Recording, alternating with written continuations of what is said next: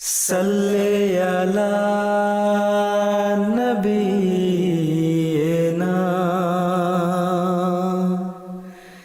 صلی علی محمد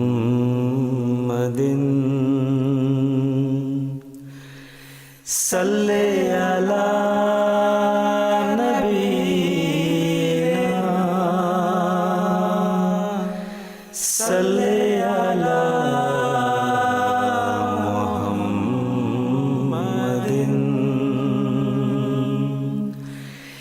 صلی علی حبیبنا صلی علی محمد صلی علی رحیمنا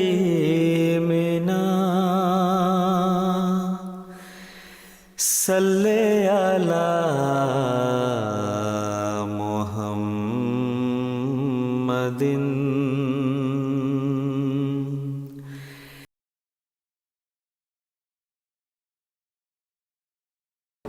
أشهد أن لا إله إلا الله وحده لا شريك له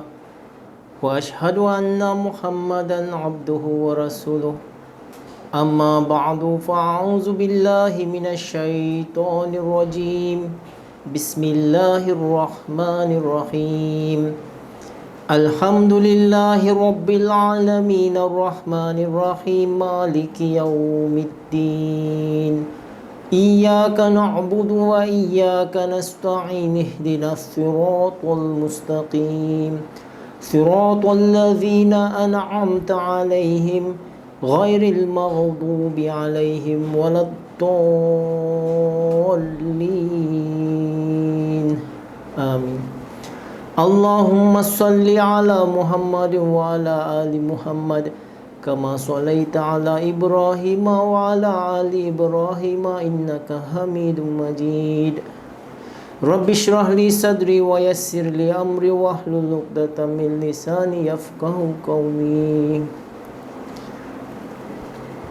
سامعین کرام، السلام علیکم ورحمۃ اللہ وبرکاتہ۔ الحمدللہ آج محض اللہ تعالیٰ کے فضل و کرم سے کہ ہم ابھی اس پروگرام میں منعقد کر رہے ہیں، یعنی تربیتی پروگرام آن لائن پہ، تو انشاءاللہ تعالیٰ آج جو مضمون مجھے دیا گیا ہے، یعنی اللہ تعالیٰ نے قرآن کریم کو آسان کر دیا۔ قرآن کریم کی حفاظت کا ایک ذریعہ کثرت سے کی تلاوت کرتا ہے۔ اللہ تعالیٰ کے فضل سے اس زمانہ میں ہم خود دیکھ رہے ہیں، قرآن ایک ایسا کتاب ہے جو سب سے زیادہ پڑھا جاتا ہے۔ اس کے علم کے اندر تحقیق کی جا رہی ہے، کچھ علم قرآن کے بارے میں، کچھ علم ترجمہ و تفسیر کے بارے میں، اخلاق کے بارے میں، علم معاشرہ، علم سیاست، علم حساب اور بہت سارے علم کے بارے میں جو قرآن کریم میں موجود ہیں۔ یہ اللہ تعالیٰ کا وعدہ جیسے فرمایا اِنَّا عَلَيْنَا جَمْعُهُ وَقُرْآنُهُ، یعنی یقیناً اس کا جمع کرنا اور اس کی تلاوت ہماری ذمہ داری ہے۔ دیکھو، یہ اللہ تعالیٰ کا وعدہ ہے، یہ اللہ تعالیٰ نے قرآن کو بہت کثرت سے پڑھا جائے گا۔ جب سے قرآن کریم ہمارے پیارے نبی کریم صلی اللہ علیہ وسلم کے اوپر نازل کیا گیا، آج تک اس کے علم قرآن کی برکت کی جا رہی ہے، اور ان کی حفاظت کے لیے اللہ تعالیٰ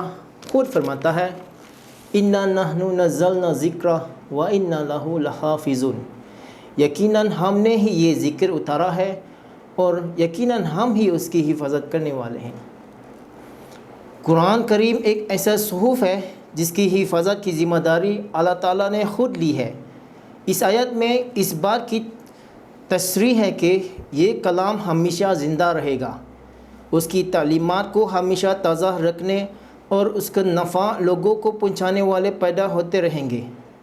معنوی طور پر اس کتاب کی حفاظت کے لیے اللہ تعالیٰ ہر سلیقہ سر پر مجددین بھیجتا رہا اور آخر زمانہ میں سیدنا حضرت اقدس مسیح علیہ السلام کو مبعوث فرمایا اور آپ نے قرآن کریم کے سراسر اسرار مخفیہ اور اس کی حقائق و معارف کو دنیا کے سامنے پیش فرمایا اور شریعت کو قائم کرنا کا فریضہ احسان رنگ میں سر انجام دیا۔ فرماتے ہیں قرآن شریف کی تلاوت کی اصل غرض تو یہ ہے کہ اس کی حقائق اور معارف پر اطلاع ملے اور انسان ایک تبدیلی اپنے اندر پیدا کرے، ایک تبدیلی روحانی پیدا کرنے کی کوشش کرے۔ تو سامعین کرام، اگر ہم تقوی کے معیار بڑھانا چاہتے ہیں، کیا ہم اپنے روحانی کی ترقیات بڑھانا چاہتے ہیں، تو قرآن کریم کو پڑھو۔ تو یہ دعویٰ ہے جو اس کتاب کا ہے کہ اگر تم پاک دل ہو کر اس کی طرف آؤ گے، وہ تمہیں بچنے کی تمنا ہے،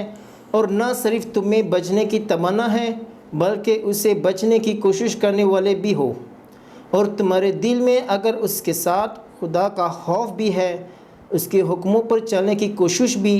اور خدا تعالیٰ کی رضا حاصل کرنے کی خواہش، پھر یہ کتاب ہے جو تمہیں ہدایت کی طرف لے جائے گا، وہ تمہیں صحیح راستہ پہ دکھائے گا۔ اور جب انسان، ایک مومن انسان، تقوی کے راستوں پر چلنے کا خواہش مند انسان قرآن کریم کو پڑھے گا اور غور کرے گا اور اس پر عمل کرے گا، تو اللہ تعالیٰ اس بات کی ضمانت دیتا ہے کہ اس ذریعہ سے ہدایت کے راستے بھی پتہ چلا جائے گا اور تقوی بھی قائم ہوتا چلا جائے گا، اور قرآن کریم کی ہدایت تمہیں دنیا و آخرت دونوں میں کامیاب کرے گی، اللہ تعالیٰ کی رضا کو پانے والے ہوں گے۔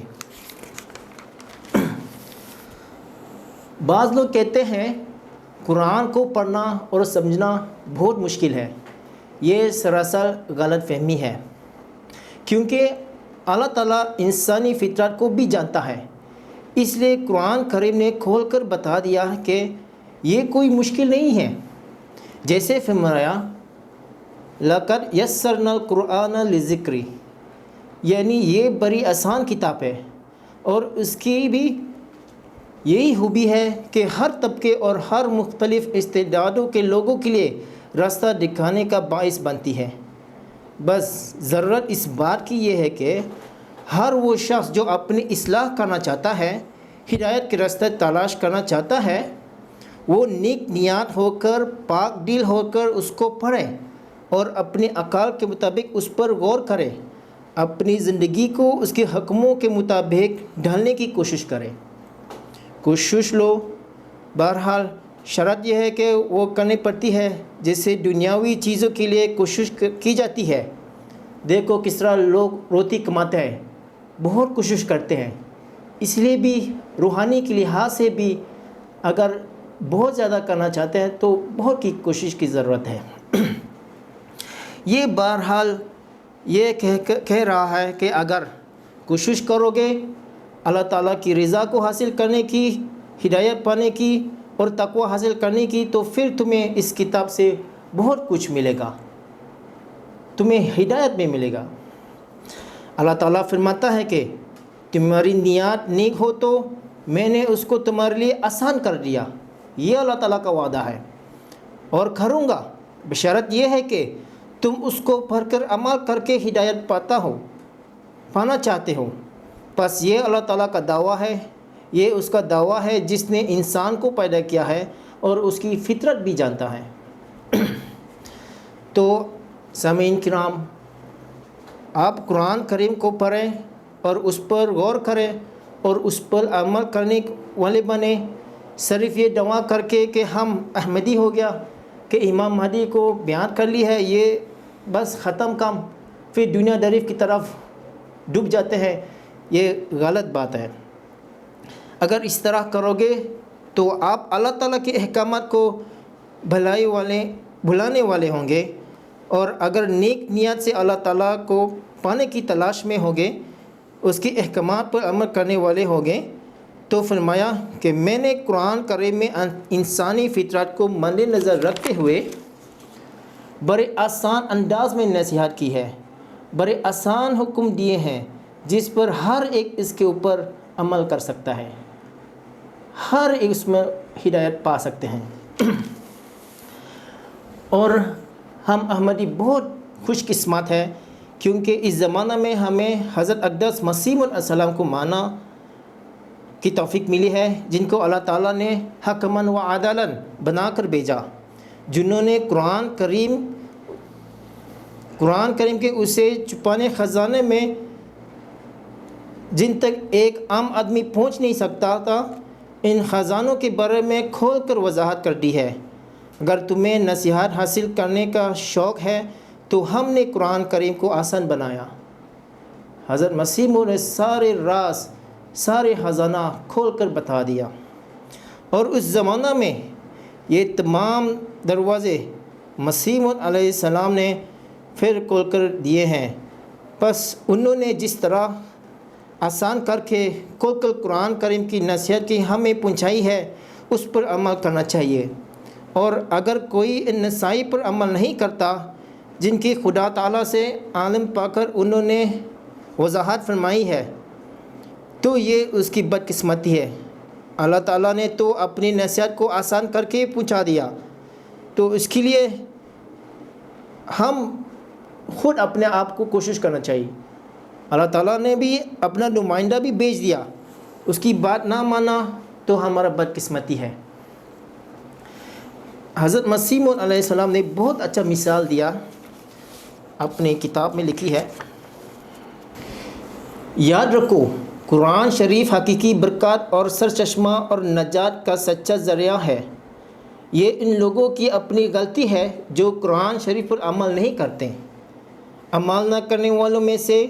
ایک گروہ تو وہ ہے جس کو اس پر اعتقاد ہی نہیں،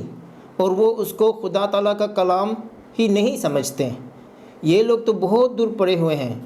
لیکن وہ لوگ جو ایمان لاتے ہیں کہ وہ اللہ تعالیٰ کا کلام ہے اور نجات کا شفا بخش نسخہ ہے، اگر وہ اس پر عمل نہ کریں تو کس قدر تعجب اور افسوس کی بات ہے۔ ان میں سے بہت سے تو ایسے ہیں جنہوں نے ساری عمر میں کبھی اسے پڑھا ہی نہیں۔ بس ایسے آدمی جو خدا تعالیٰ کے کلام سے ایسے غافل اور لاپرواہ ہے،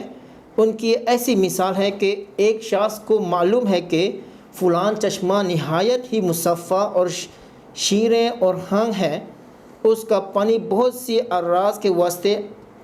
عقیر اور شفا ہے۔ یہ علم اس کو یقینی ہے، اور باوجود علم کے اور باوجود پیاسا ہونے اور بہت سی امراض میں مبتلا ہونے کے وہ اس کے پاس نہیں جاتا، تو یہ اس کی کیسی بدقسمتی اور جہالت ہے۔ اس سے تو چاہیے تھا کہ اس چشمہ پر منہ رکھ دیتا اور سیراب ہو کر اس کو لطیف اور شفا بخش پانی سے خط اٹھا کر،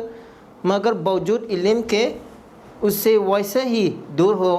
جیسے کہ ایک بے خبر ہو، اور اس وقت تک اس سے دور رہتا ہے جب موت آ کر خاتمہ کر دیتی ہے۔ اس شخص کی حالت بہت ہی عبرت بخش اور نصیحت خیز ہے۔ تو یہ ہے چند باتیں میں نے بتانا چاہتا ہے۔ تو اللہ تعالیٰ کرے ہم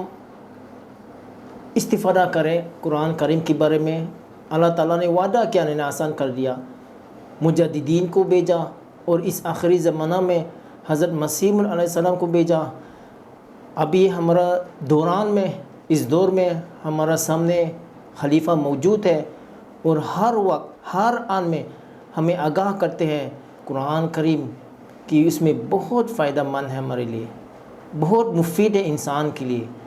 اگر ہم اس پر چلیں گے تو ہم نجات میں پائیں گے۔ اللہ تعالیٰ کرے ہم سب کو قرآن کریم کی تلاوت کرنے اور اس کے حقائق اور معارف کو سمجھنے اور اس کے مطابق عمل کرنے کی توفیق ملیں، اور اپنی زندگی میں پاک تبدیلی لانے کی توفیق عطا فرمائیں۔ آمین ثم آمین، وباللہ توفیق والہدایہ۔ السلام علیکم ورحمۃ اللہ وبرکاتہ. جزاکم اللہ. صلی علی نبینا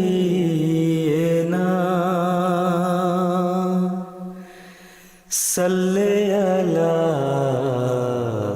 محمد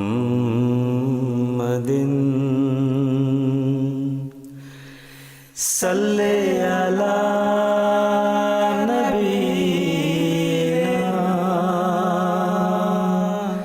صلی علی محمد